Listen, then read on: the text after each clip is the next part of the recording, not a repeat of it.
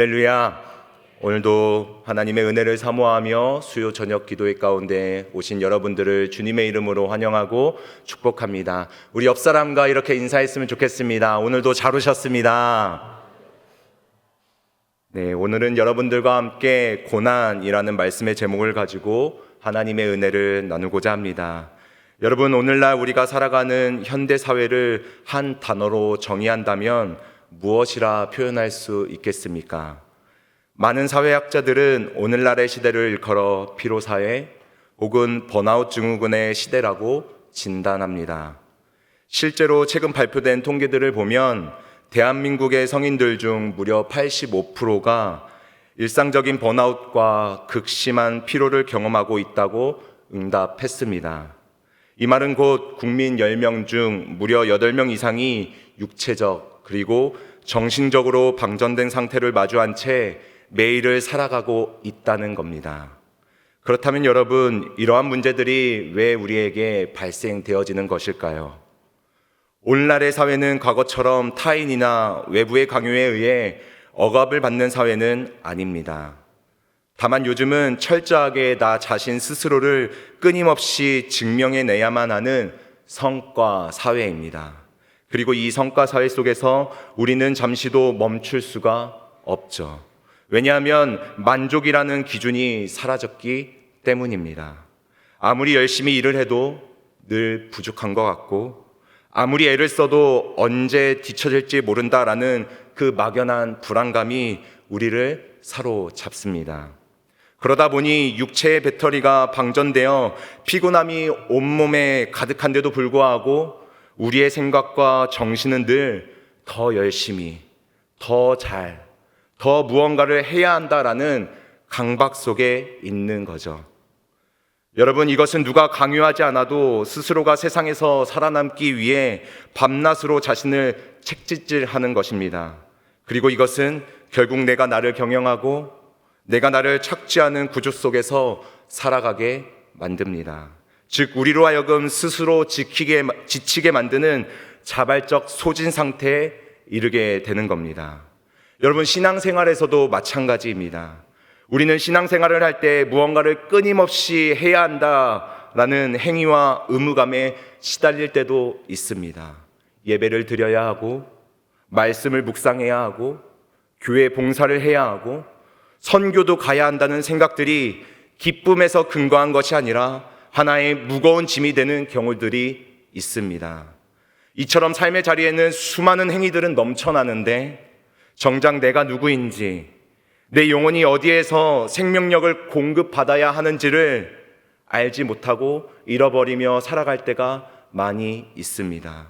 그리고 그러할 때 우리의 영혼의 물줄기는 서서히 메말라가기 시작합니다. 오늘 본문을 보면 예수님께서는 바로 이러한 영적 탈진, 고갈 상태를 다음과 같이 묘사하십니다. 우리 본문 6절을 함께 읽겠습니다.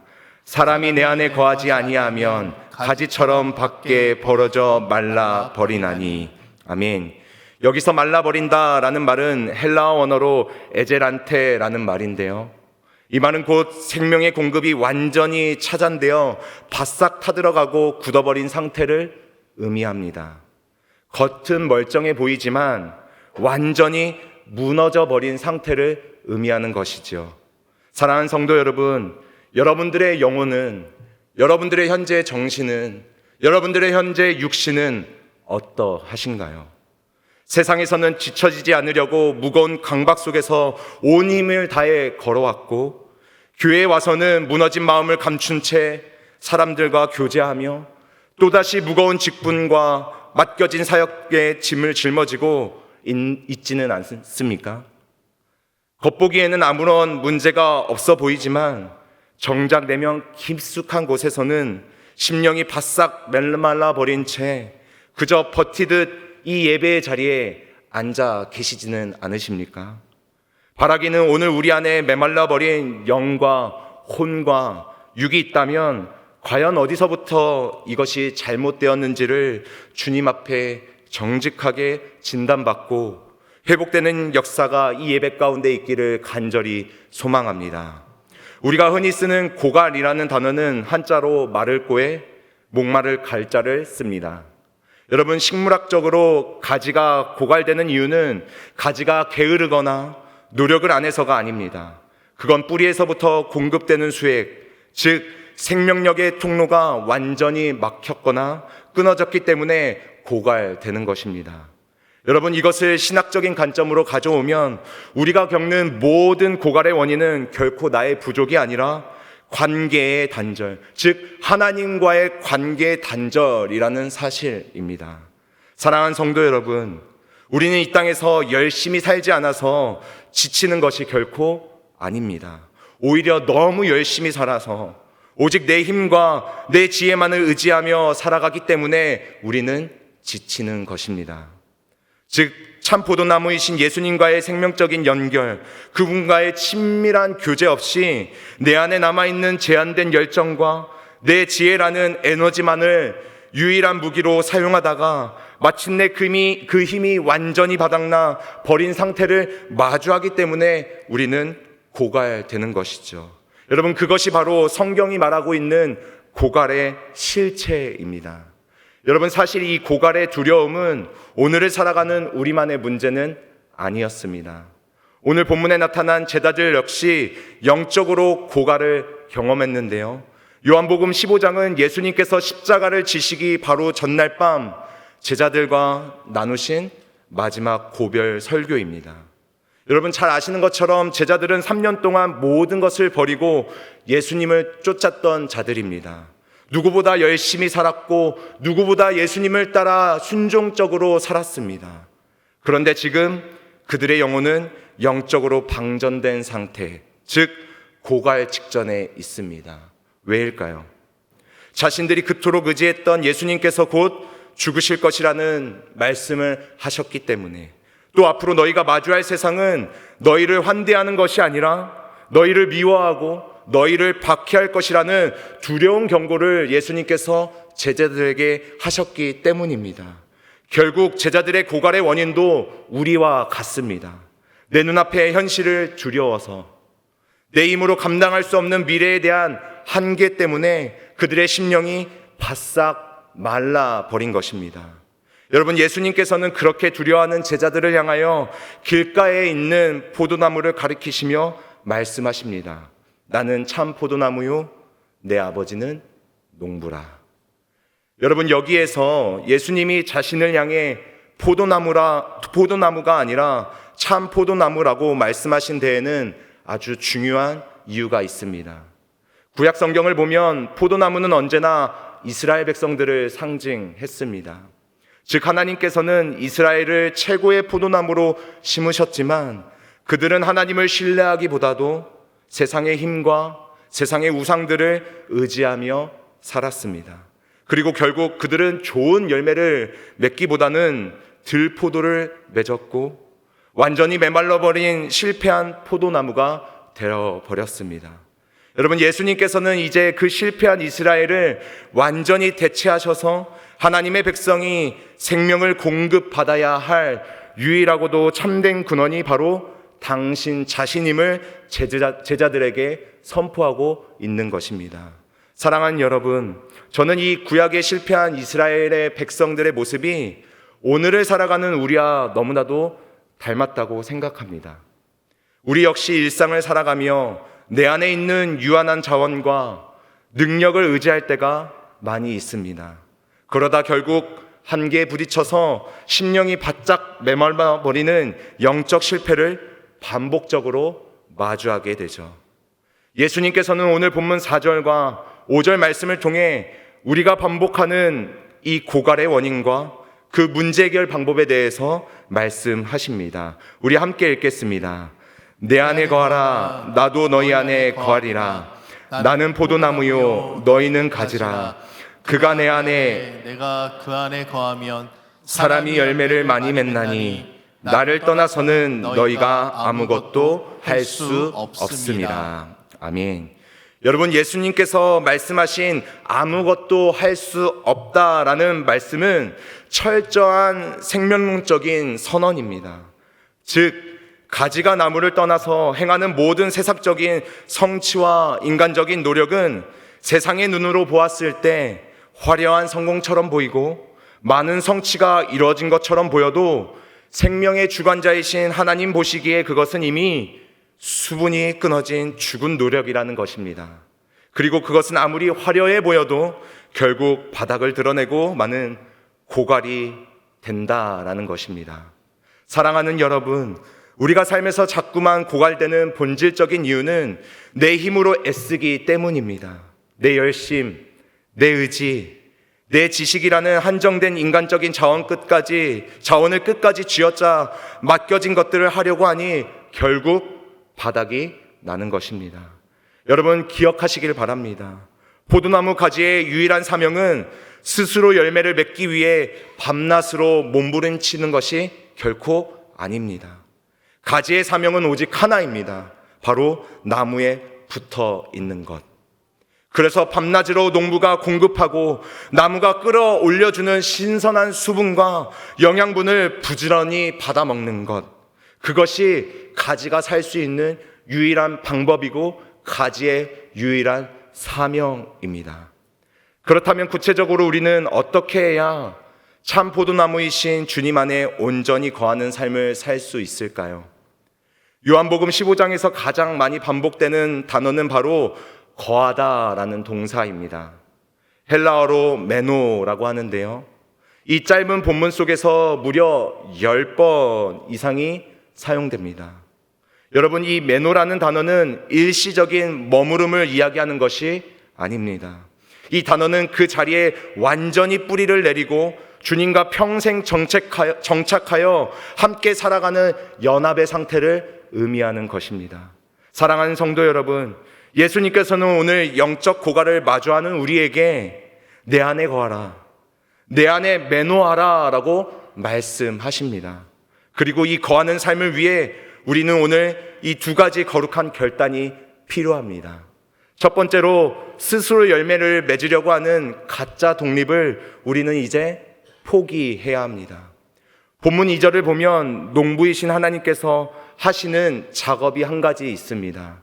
무릇 내게 붙어 있어 열매를 맺지 아니하는 가지는 아버지가 그것을 제거해 버리시고. 여러분, 여기에서 제거해 버리시고 라고 번역된 성경의 원어는 아이레이입니다. 이 단어는 잘라내다 라는 뜻을 가지고 있지만 1차적이고 본질적인 의미로는 들어 올리다 라는 뜻도 있습니다. 본문의 맥락상 사실 이 말씀은 잘라버리다 라는 말보다는 들어 올리다 라는 말이 더 맞는 문법입니다. 여러분, 포도나무가 실제로 어떻게 자라는지 아십니까? 포도나무 가지는 사과나무나 배나무처럼 스스로 곧게 버틸 힘이 없다고 합니다. 힘없이 지탱하다가 결국 땅바닥에 떨어져 꼬불꼬불하게 뒹구는 것이 포도나무 가지의 특징입니다. 그런데 문제는 그 가지가 땅바닥에 자라다 보면 땅에 있는 습기와 먼지들로 인하여 그 가지가 썩어버리게 되는 것이죠. 여러분, 그때 농부가 하는 가장 중요한 역할이 무엇인지 아십니까? 땅바닥에 있는 가지들을 제거해 버리는 것이 아니라 다시금 그 가지들을 들어 올려서 깨끗한 물로 씻어내고 햇빛을 잘 받도록 버팀목 위에 소중하게 얹어놓고 단단히 그 폴대에 묶어주는 것입니다. 그것이 농부가 하는 역할입니다. 즉 다시금 나무로부터 오는 진액을 받아먹을 수 있는 환경을 만들어주는 것이죠. 사랑하는 여러분, 하나님께서도 우리 가운데 바로 이러한 일을 행하십니다. 하나님께서는 오늘 세상의 무거운 짐과 근심 속에 박혀 메마른 가진처럼 뒹굴고 있는 저와 여러분들을 심판하여 제거해 버리시는 것이 아닙니다. 오히려 사랑의 손길로 우리를 땅에서 들어 올려 우리로 하여금 소생케 만드십니다. 그러므로 우리가 영적으로, 육적으로, 그리고 정신적으로 깊은 고갈을 느끼며 주저앉아 있을 때 우리가 해야 할 일은 더 열심히 주님 앞으로 나아가는 것보다도 그저 나를 들어 올리시는 주님의 자비로우신 그 손길 앞에 내 몸과 내 마음과 내 생각과 나의 모든 영역을 그저 맡겨 드리는 것입니다. 주님, 내 힘으로는, 내 인생을 완벽하게 경영할 수 없습니다. 내가 내 힘으로 무언가를 하려고 했던 나의 교만함을 이 시간 회개합니다. 주님, 나를 다시금 들어 사용하여 주시고 나를 다시금 소생케 하여 주시옵소서. 이러한 고백이 우리 안에 있을 때 세상이 줄 수 없는 영원히 마르지 않는 은혜와 능력이 저와 여러분들 가운데 충만하게 나타날 줄 믿습니다. 둘째로, 일상 속에서 말씀과 기도의 자리를 여러분 절대적으로 사수해야 합니다. 그것이 우리가 고갈로부터 벗어나는 길입니다. 주님은 구체적으로 주님 안에 거하는 방법이 무엇인지 우리 본문 7절을 통해서 말씀해 주고 계십니다. 우리 이 말씀을 함께 읽겠습니다. 너희가 내 안에 거하고 내 말이 너희 안에 거하면 무엇이든지 원하는 대로 구하라. 그리하면 이루리라. 아멘. 여러분, 주님 안에 거한다는 것은 결코 감상적이거나 관념적인 것이 아닙니다. 그것은 매우 구체적으로 주님의 말씀이 내 삶 안에 살아 움직이고 역사하는 것입니다. 즉, 매일 아침 세상의 목소리와 염려 가득한 소리로 내 귀를 채우는 것이 아니라 참 포도나무이신 주님의 세미한 그 음성으로 내 영혼을 채우는 것을 말합니다. 하지만 우리의 현실은 어떻습니까? 눈을 뜨자마자 울리는 스마트폰의 그 알림을 확인하고 오늘 해야 할 그 일들을 떠올리는 것만으로도 이미 우리의 마음이 다 지쳐버립니다. 기도해야지, 말씀을 봐야지 라는 그런 마음은 있지만 당장 눈앞에 해야 하는 일들이 급해서 영적인 것은 늘 다음 순위로 밀어내는 것이 우리의 삶의 현실입니다.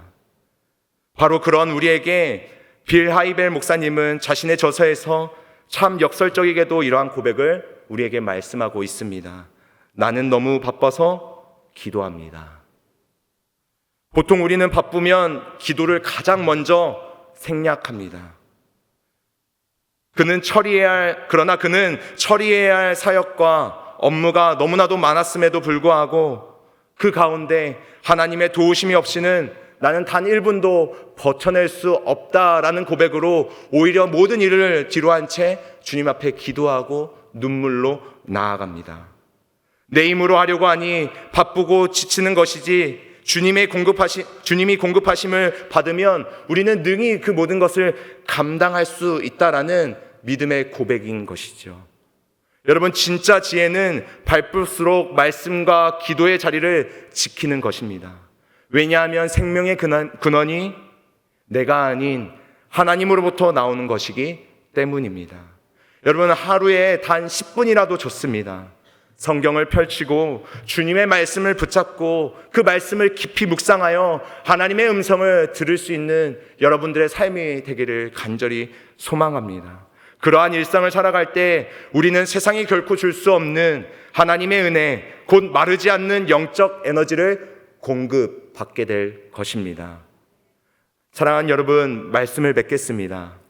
오늘 우리는 세상 속에서 치열하게 살아남기 위해 또한 세상에 뒤처지지 않기 위해 밤낮으로 스스로를 책짓질하며 살아가고 있습니다. 그리하여 오늘 이 자리에는 고갈이라는 무거운 영적 탈진을 마주한 채 지친 몸과 마음을 이끌고 이 예배 자리에 앉아 계시는 분들도 있을 거라 생각합니다. 그러나 여러분, 우리가 반드시 기억해야 할 것은 주님께서는 세상에 지친 우리에게 단 한 번도 더 열심히 해라, 더 노력해야 한다, 세상에서 성공하려면 무언가 너가 더 열심히 발전해야 한다 라고 어떠한 행위적인 것을 요구하지 않으셨습니다. 그저 지치고 메마른 우리를 향해 내 안에 거하라, 너희는 가지니 그저 내게 붙어만 있어라 말씀하시며 하나님과의 온전한 관계 속으로 우리를 초청하십니다. 여러분, 우리는 자꾸만 내 손에 쥐어진 열매의 크기를 바라보며 불안해하고 낙심하며 살아갑니다.